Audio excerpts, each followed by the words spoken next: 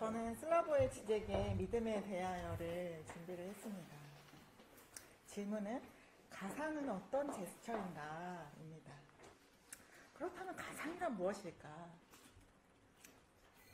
여기 그 이미지 보시면 뭔가 쇼핑 바구니가 있잖아요.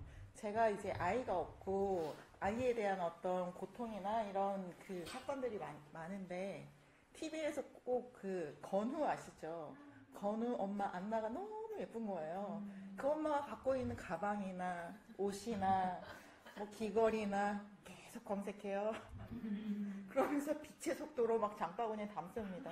자료 찾을 때는 그렇게 안 찾아지는데 그런 건 진짜 아주 빨라요. 그런데 이런 행동이 얼마나 무가치한지를 인식은 합니다. 그러면서 광기의 속도로 자본주의 게임에 완전히 참여하면서 장바구니 이만큼 채웁니다. 결제는 안 합니다. 근데 여기서 실제로 중요한 것은 뭐냐? 나는 이렇게 장바구니 가득 채우지만 언제라도 이걸 비울 수 있어 라고 믿는, 나는 이렇게 가득 채움으로써, 가상적으로 채움으로써 내 안에 어떤 평화를 찾는다는 거죠. 그게 중요하다라고 얘기를 합니다. 세 번째는 환대와 적대가 함께 교류하는 공간이다라고 얘기를 합니다. 자, 여기가 전주 나이키 골프 매장 앞인데 밤새도록 사람들이 서 있어요. 노숙을 합니다. 하룻밤 꼴딱 셉니다. 왜냐하면 이 운동화가, 골프화가 출시되는 날이어가지고 이걸 사서 팔면 200배 이상의 가격을 받을 수가 있다고 해요. 요새 리세일이라고 해서 많이들, 젊은이들이 많이 하시잖아요. 자, 이렇게 줄 선 사람들의 상황이 되어봅시다. 나는 상황이 이렇게 되는 양상을 정확히 알아. 저거는 저 매장 가서 언제 문 여니까 나는 몇 번째 줄을 설 수 있어. 정확히 알고 있고 합리적이죠.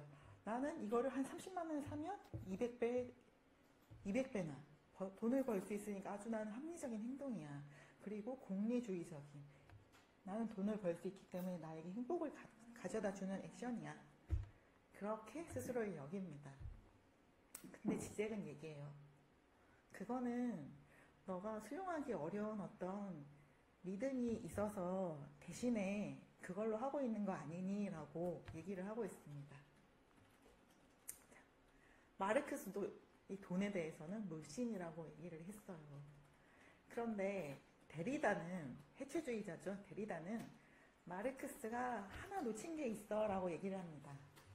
예전에 이방인신 계모를 제가 할 때 환대에 대해서 말씀드린 적이 있는데, 환대하고 적대가 있잖아요. 이게 고정이 딱딱 돼 있는 게 아니고 서로 흘러요. 한 공간 안에서. 진정한 환대는 이 적대가 자신 안에서 기생하도록 허락하는 것이 진정한 환대이다라고 데리다는 얘기를 하거든요. 이런 관점에서 봤을 때 만약에 우리가 자본주의의 모순인 장애를 제거한다면, 예를 들어서 최저임금이 시급이 계속 올랐죠. 2017년에는 6,470원이었는데 2022년에는 9,160원이에요. 이 결과로 김밥 천국이 많이 사라졌습니다. 왜냐하면 이제 1,500원짜리 김밥을 팔기에는 알바비가 너무 오르기 때문에, 특히 밤에 24시간 했던 데는 거의 사라지고 없고 많이 문을 닫았어요. 모순적인 장애를 제거를 한번 해봤죠. 근데 생산 추진력도 얻지를 못했어요. 그리고 이 아르바이트 하시던 분들의 생산력 자체도 상실해버리는 결과가 되고 말았던 거죠. 그들이 인식하지 못한 것, 그것은 자본주의 체제를 벗어나야 생산력 발달이 전혀 억제되지 않는 사회가 도래한다. 이건 마르크스죠. 생산력을 계속 증대시킬 수 있는 사회주의를 꿈꿨잖아요. 그런데 그것도 실은 자본주의가 있기 때문에 그런 환상이 나온 것이 아니냐라고 얘기합니다. 자본주의하고 사회주의하고 같이 시너지를 일으킬 수 있는 제3의 공간을 얘기를 하죠. 지잭은. 여기서 본유라는 단어가 굉장히 이 책에서는 계속 반복돼서 나오는데, 선천적인, 이미 있었던 하나님의 사랑처럼 원래 있었던, 자본주의에 원래 있었던 것들, 자본주의에 원래 내재되어 있었던 환상이라는 사실이다라고 얘기를 하고 있습니다. 그러니까 생산력의 완전한 분출이 마르크스가 지향했던 말인데, 생산력이 완전한 분출이 있기 위해서는 불가능과 가능이 동시에 있어야 돼라고 얘기를 하고 있죠. 다른 관점으로 봤어야 되는 거죠. 뭔가 하나를 놓친 거죠. 김밥 천국에서 1,500원짜리 김밥을 우리는 계속 먹을 수 있었는데 밤 12시에도 안타깝죠. 네 번째로는 가상은 어떤 제스처인가? 불완전성에서의 어떤 열림이다라고 얘기합니다. 지금 사순절 기간인데 예수님이 십자가에 못 박히셔서 엘리엘리 라마 사박단이라고 하셨잖아요. 나의 하나님 어찌하여 나를 버리셨나이까. 버림받는다는 고통이 뭘까요? 제 개인적인 경험으로는 버림받는 고통은 내가 도저히 감당할 수 없는 어떤 고통의 순간이 됐을 때 이 고백이 나올 수밖에 없더라고요. 왜 하필 나에게 이런 일이, 하나님은 어디에 계십니까? 이 질문이 나올 수밖에 없더라고요. 근데 여기서 예수님이 십자가에 못 박혀 돌아가셨잖아요.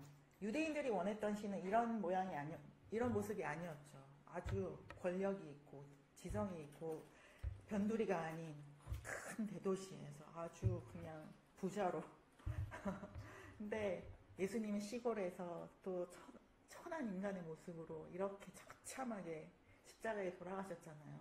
이런 모습은 스스로를 포기하고 스스로도 십자가에서 죽을 수밖에 없다는 이 스스로 불가능하다는 이 모습을 우리한테 왜 보여주셨을까요? 우리한테, 인간한테. 이것은 신이 가진 근본적인 불완전성이 아닌가. 신도 어쩔 수 없는 부분이 있나? 이렇게 생각할 수 있지만 그게 아니라 이 모습을 우리한테 모델로 보여주신 거예요. 이 모습을 통해서 우리는 어떤 방향을 가져야 될까요? 이것처럼 근데 간극 속에 있으면 넘어질 때도 있어요. 근데 우리는 이 공부를 하고 있잖아요. 근데 우리가 갖고 있는 지식에 내 자신이 부끄럽지 않기 위해서는 넘어지더라도 이론을 가지고 실수하더라도 앞으로 넘어지시는 여러분이 되시길 바랍니다.